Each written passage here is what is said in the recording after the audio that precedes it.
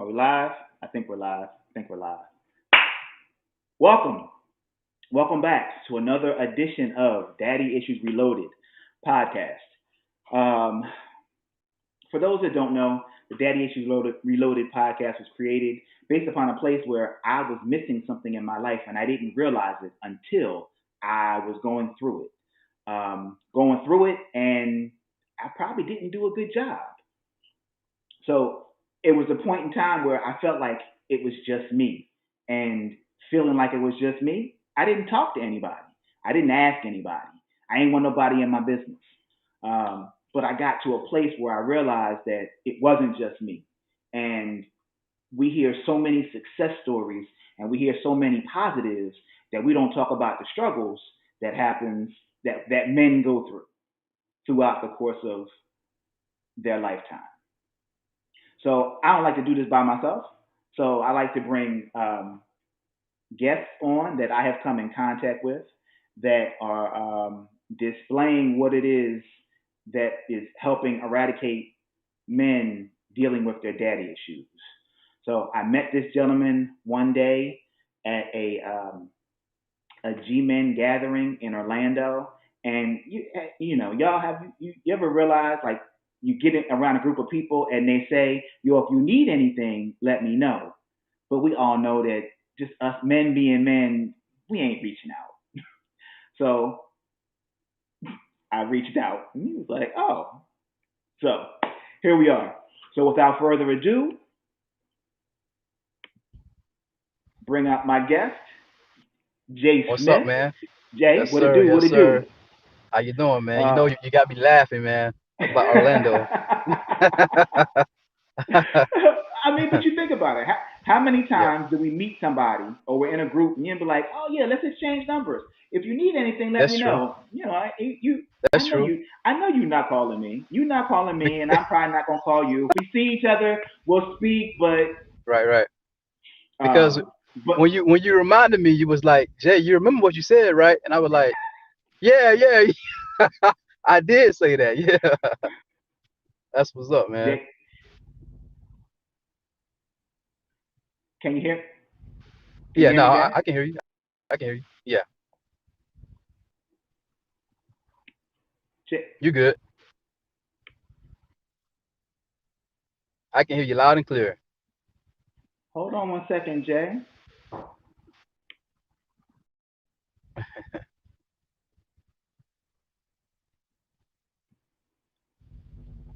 I don't know. Can you hear me? Yeah, I can hear you. Say Yep, something, Jay. you good. Yeah, I can hear you. Okay. Um, all right. So I could introduce you just a little bit. Go ahead, Jay. Introduce yourself. Tell the people who you are. For those who don't know, man, my name is Jay Smith. Uh, I am the founder of Jay Smith Empowers LLC. Uh, you can barely hear me. Can't hear you. Oh man,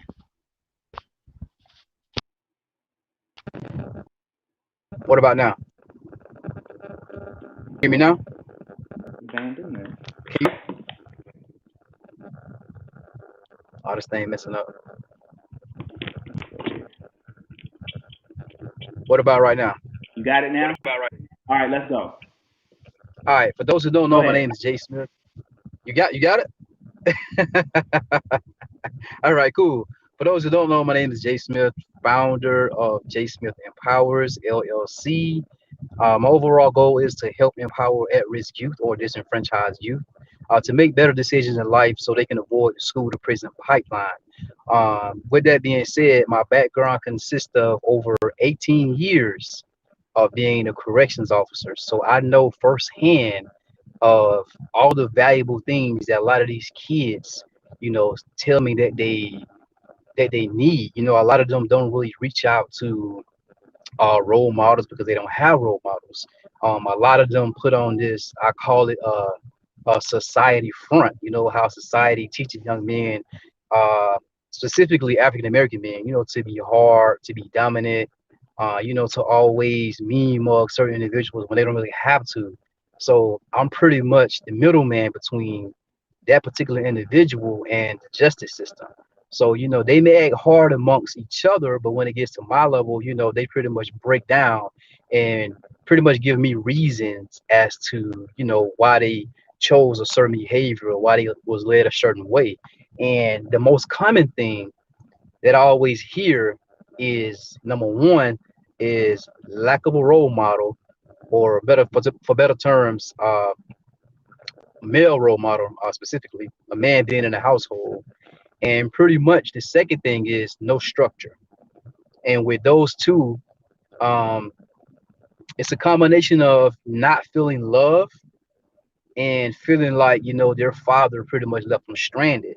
So as a Right. result, they tend to act out, they tend to, uh, get around the wrong crowd and, make pretty much life altering decisions that bring them inside the justice system.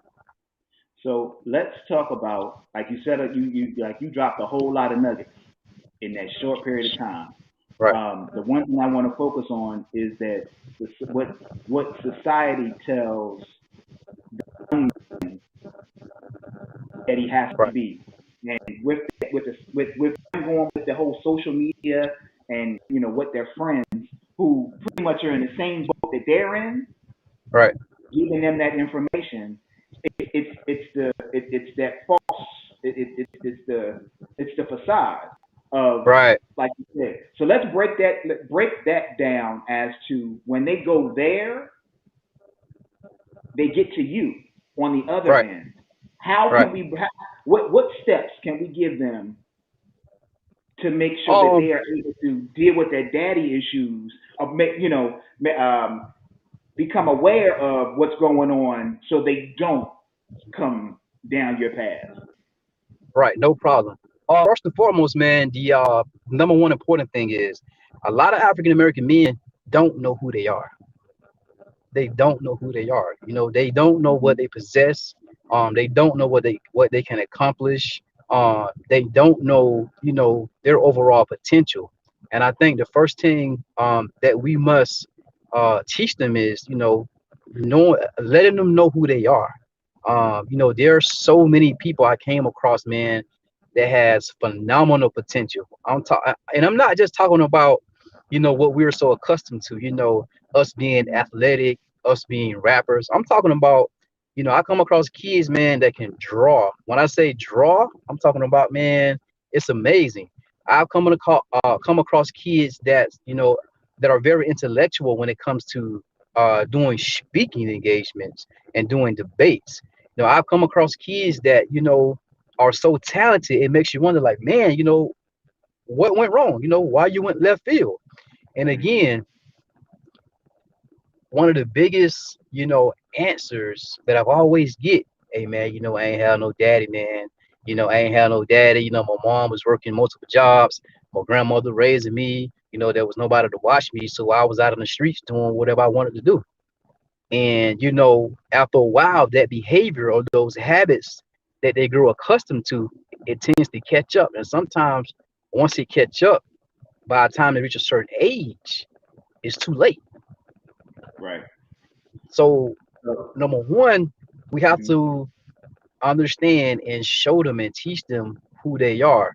Number two, is very important that we utilize resources or utilize platform or different things so they can be able to grow accustomed or be aware of what type of goals they have. Not only goals, but the significance of their gifts. A lot of these kids, they don't know until they get into a incarcerated confine, because once you're there, all you're able to do now is think. So now Right. once you're thinking, now you're like, oh man, I can do this. Or, I didn't even never know I can do this, or XYZ. Now is almost, too late, because Mm-hmm. you wasn't able or put in an environment to say, hey, what if I, put my mind to this, I can draw.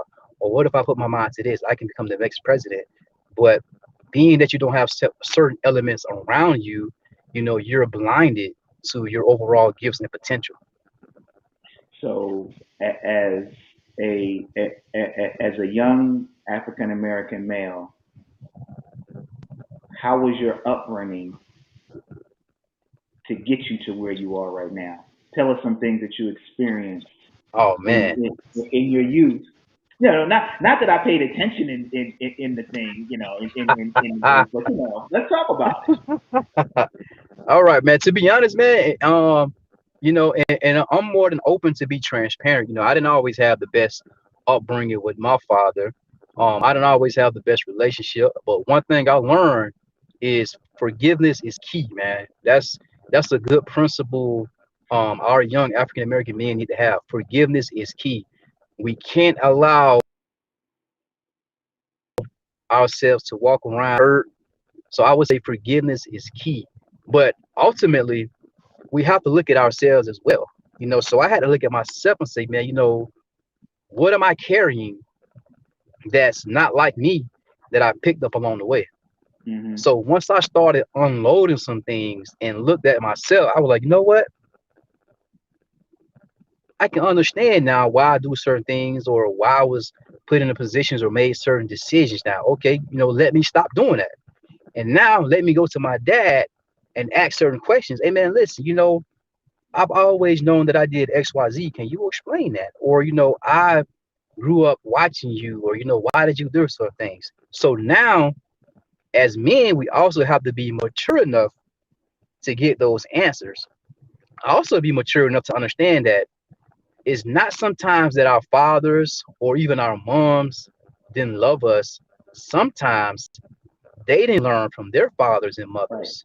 So it's right, our job to pretty much, I would say, break the chain, the generational chain. you know so once you learn that, you have one of those, what I like to call is a aha moment. You know what? Okay, now I can't judge you for that, because I can truly say now, it's not your fault. Your right, dad didn't teach you, or your mom didn't teach you. So I can't blame you now. But now that I know better, now that you know better, let's get this thing moving. This clean slate. And right. now that bond can grow, that nourishment can grow. And once it gets to that level, it can trickle down into the community, into the neighborhood, and go, citywide, countywide, nationwide. Once we learn to become mature. So if I'm not mistaken, you wrote a book, and Yes, I sir. think the book is called Fire. Yes, sir. Yes, All right, sir. and Fire has an acronym, correct? Yes, sir. So tell me how where did the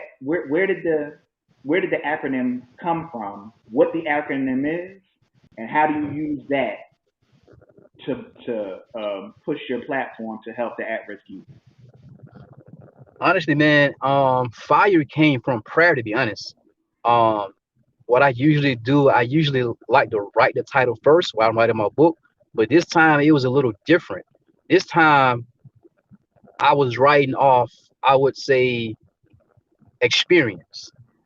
Okay. Just writing off experience. And I'm like, one day I just I just prayed. I remember going downstairs in my bathroom, and I was like, God, man, I really need a banging title for this book, man. And as I began to pray and just, meditate on the word fire, kept coming about. And I'm like, fire, man, like what you trying to say? Fire? What is that? So I went and sat down, got a pen and a pad, and just start writing it out. Writing it out. Fire. What do you mean by fire? What do you mean? Um, and that's when I came up with failure is rarely external, meaning a lot of times we have to stop looking on the outside and turn the camera in direction to the inside.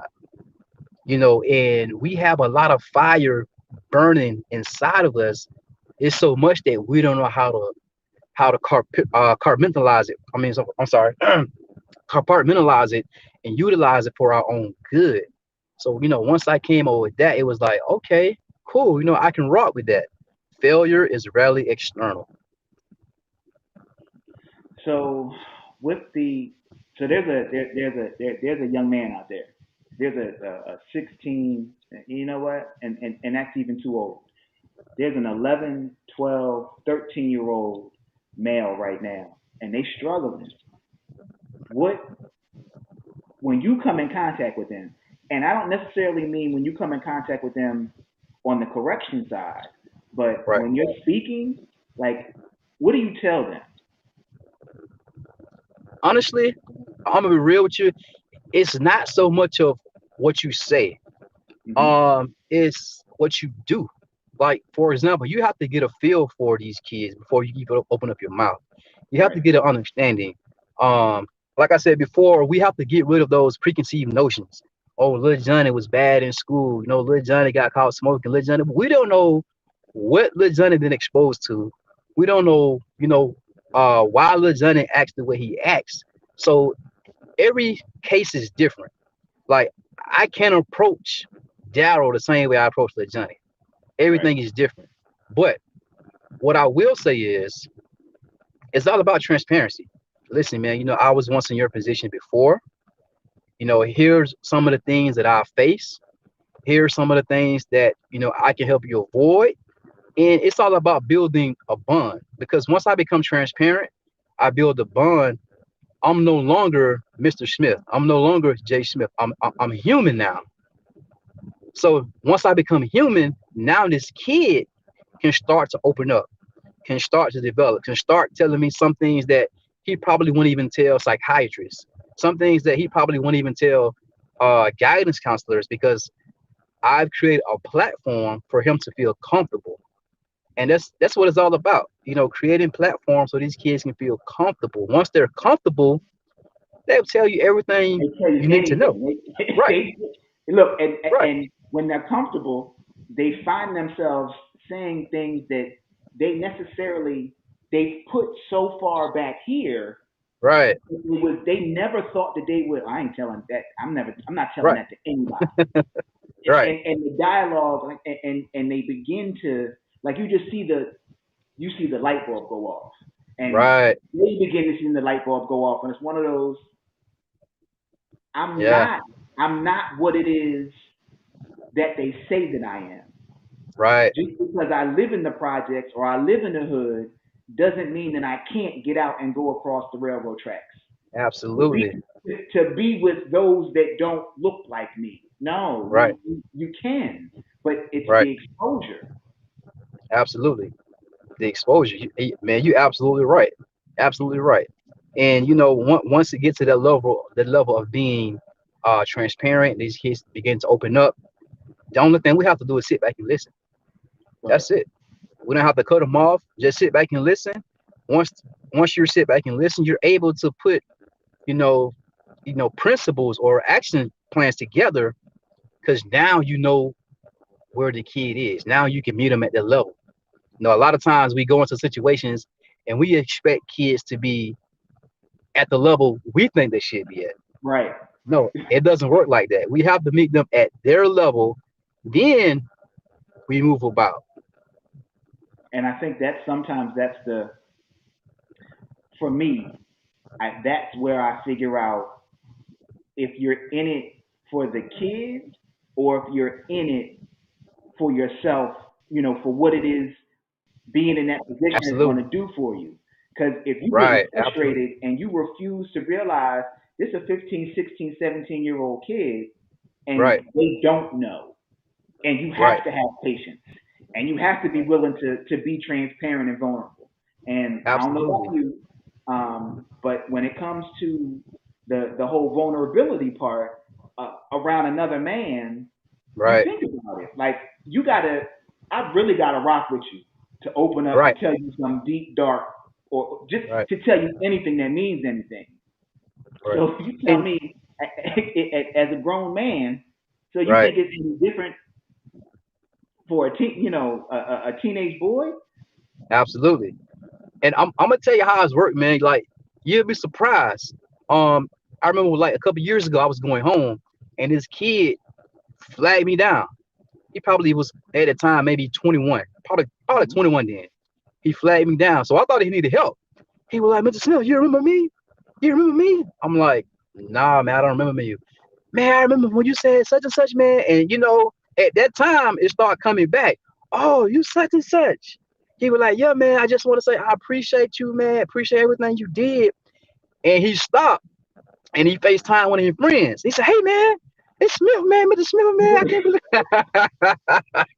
So you'll be surprised, man, how your words or how much time, quality of time you spend with these kids impacts them and affects them. You're talking about a person transitioning from a child to adulthood and still was able to recognize you and still felt impacted, by the time spent. So it Right. actually pays off in the long run. Right. It was, I think it was the end of August. I spoke Hmm. at the Independent Living, the National Independent Living Conference, Growing Pains. Okay. And at the end of the presentation, I said, all right, I'm going to give you my email address. And we're running out of time, but I want you to take the initiative to tell me what your wildest dream is. Right. Now, some of y'all are going to do it, some of y'all aren't. But before I got back to Jacksonville from Orlando, I had two inboxes. Wow. So it's one of those, like you said, the words that you speak, how Right. you come off, and if nothing else, them kids, oh, they gonna know whether you fake or whether you real, whether you mean Right. it or whether you don't. Yeah. You're right. Um, They know because they'll call you out. right? Yeah. Right. Look, before I left, the one girl said, "Now, if I send you this email, she said I got attachment issues. Don't have me send this email and you don't respond." I was like, "You send the email, let me worry about the rest." Right. She was one of the Absolutely. ones. She was That's one of what's the up. ones. So how has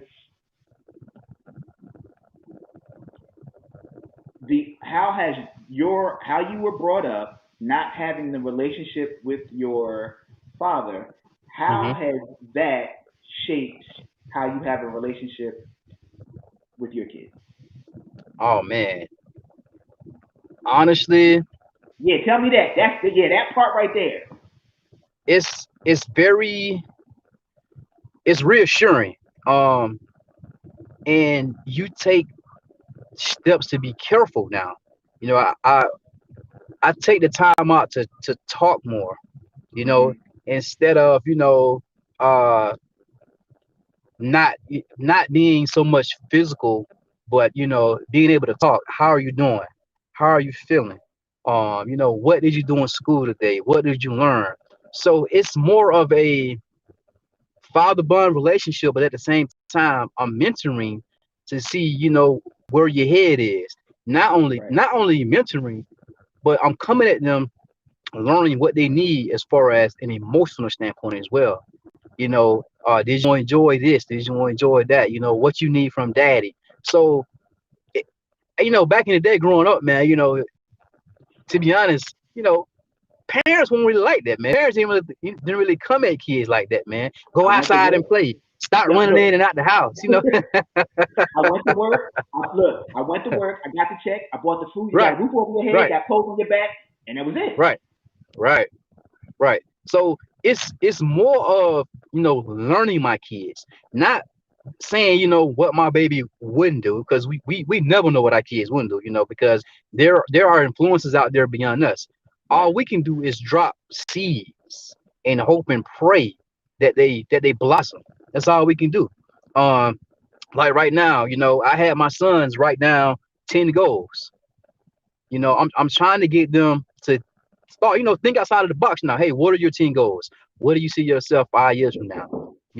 So I think, again, when we figure out what they want, and what they want to become, and give them the platform and the tools and the outlet to become that, I think the Hmm. relationship or the bond becomes easier, Right. because now it's just, what, he you become more than dad. You're like, what, man, he really cared for me. He really concerned about what I want in life.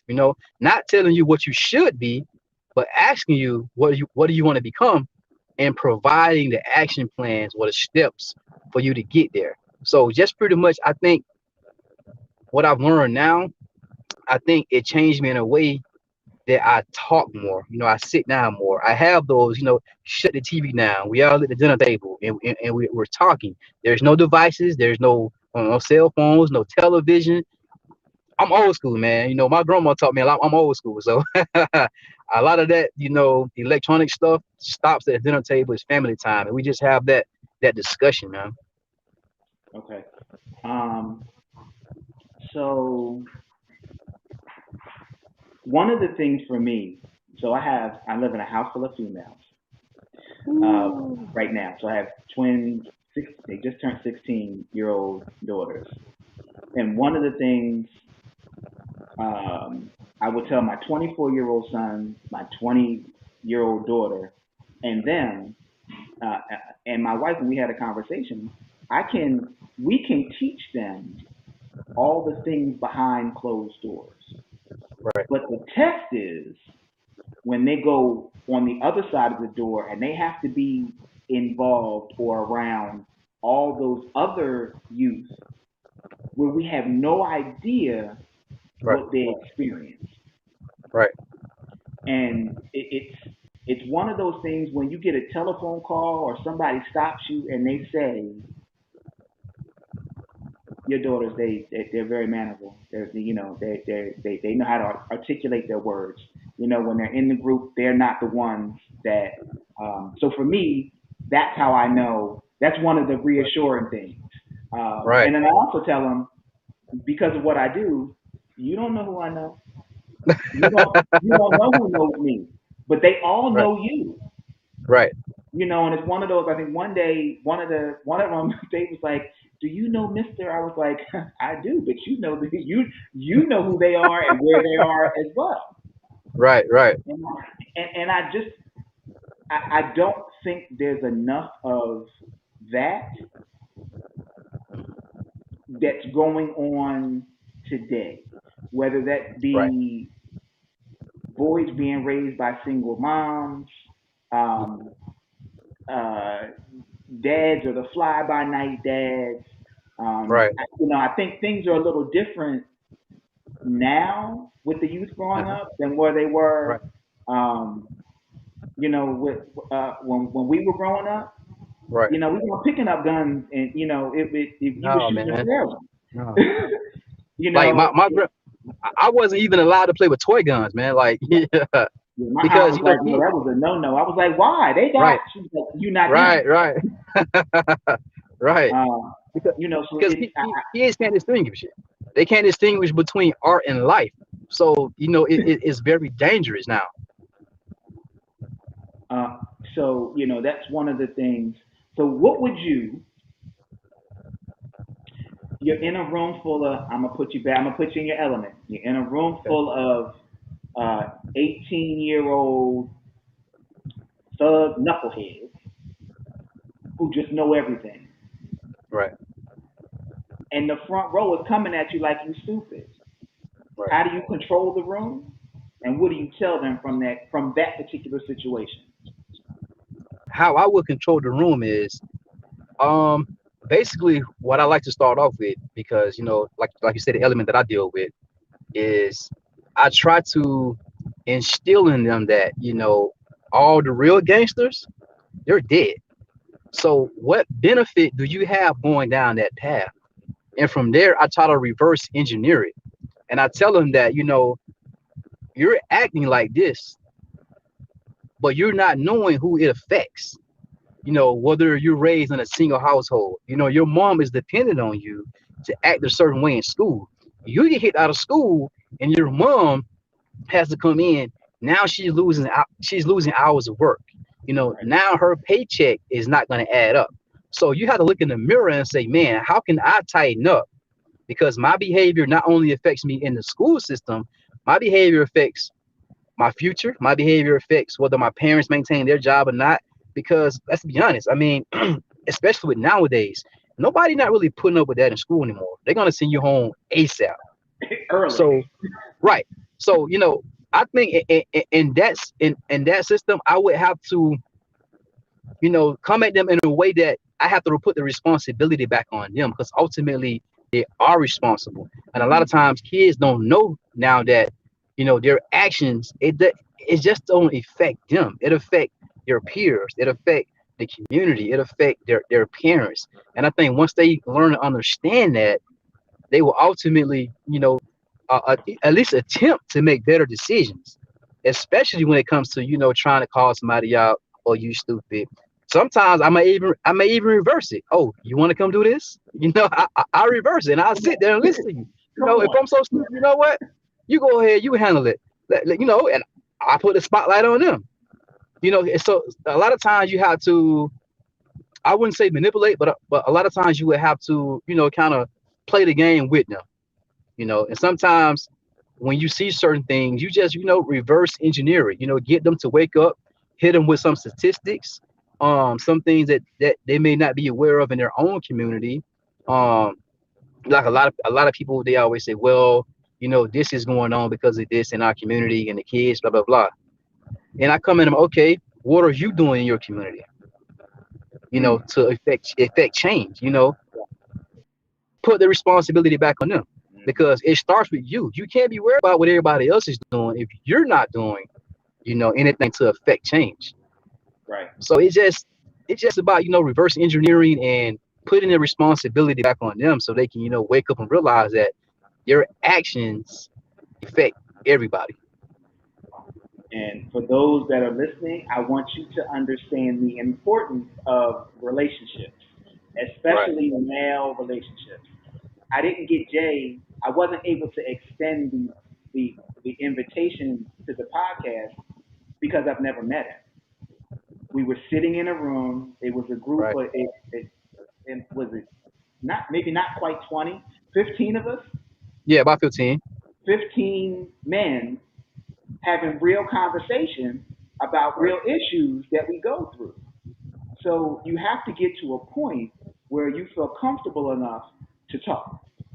right, Like Jay had said, he mentioned earlier, once you realize that you can't use the crutch anymore of I didn't have a dad around, right. once you realize that, at that particular point in time, the onus is now on you to help you. Right. You are required now to seek out that male figure to help you get to where it is that you want to go, to help you Absolutely. sit down and figure out that you can dream big, that you're Right. not just confined to your one area. I was talking to he might have been 24, 25, Okay. and he only knew Jacksonville. He's never Wow. been outside of Jacksonville. Maybe to the different sides of town, Right. Right. but Savannah is 2 hours away, Right. like right down 95. And like for me, it 95. it, it just like what do you mean? Right. Um, so just being able to understand that there's so much more out there, and you're not confined just to where you are. And there are Right. people that genuinely want to see you succeed, not because there's a check attached to it, but Right. your success, what they're able to pour into you, is what it's all about. Absolutely. All right, Jay. So I want to say thank you for taking the time out. But before we go, tell all the listeners where they can find you, how they can get your book, how they can book you. All right. You can book me at info@jsmithempowers.com. You can get the book Fire, a jump start to refueling your inner flame from Amazon.com. I can be reached on Instagram at jsmithempowers. And on Facebook, I'm listed as J Smith. And the last thing, you do a hold on, I wrote this down. You do a morning routine. Real quick before we go, tell every man out there the importance of having a morning routine, um, toward your success. Absolutely, man. It is so vital, not only to your health, but to your overall, social life. If you have kids, if you have a wife, it's so important to, beat your not just to beat, your family up, but just to get that mental space, man. I try to get up at, mine goes something like this. I try to get up at 4 a.m. 4 a.m. I go into prayer, I go into meditation, I work out for about 30, 45 minutes. Then I journal. I journal my thoughts. That's, you know, you'll be surprised how far that will take you. You'll be surprised how much you get a jump start on your day. It's ultimately about peace, because a lot of us, we run a rigorous day. We're tired. We have so much going on. But once you jumpstart that day, once you jumpstart that routine and start it on a consistent basis, you'll be surprised of how much energy you will have throughout the day. And also, it's about your mental health, man. Most importantly, your mental health. So start off with something small. You don't have to just jump out there. Start off with maybe praying, 5 o'clock in the morning, whatever you're into, journaling, or maybe get exercise. Start off one day, then see if you can do it the next day, then see if you can do it the next day. Just start off small. You don't have to, like I said, jump out there. Just take little baby steps, and eventually you'll determine what works for you, and then just combine everything all together, and now you have your morning routine. So I recommend any man, especially when we have these crazy jobs going on, any man, just wake up 30 minutes to an hour earlier, and just whatever works for you, try to do that, whatever it is. But trust me, it works, man. It helps. All right. Well, again, thank you for taking the time out. And to the listeners, like I always say, deal with your daddy issues today. Otherwise, they will deal with you tomorrow. Talk to Yes, you sir. soon. Peace out. Peace.